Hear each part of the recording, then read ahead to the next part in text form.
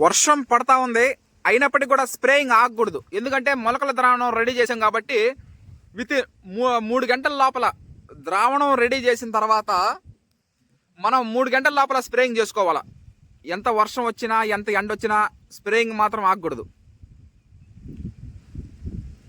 CVR method farming spraying మొలకల ద్రావణం, ఆముదం, లోపల మట్టి పై మట్టి అన్ని ఇంగ్రీడియంట్స్ అన్ని కలిపి 200 లీటర్ డ్రమ్ము నీళ్ళల్లో ఇంగ్రీడియంట్స్ అన్ని బాగా కలిపి డైరెక్ట్ పొలాల్లో స్ప్రే చేయడం జరుగుతూ ఉంది.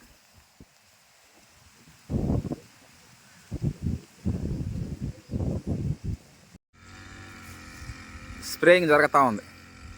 వర్షంలో కూడా ఆగకుండా స్ప్రేయింగ్ చేయడం జరుగుతూ ఉంది.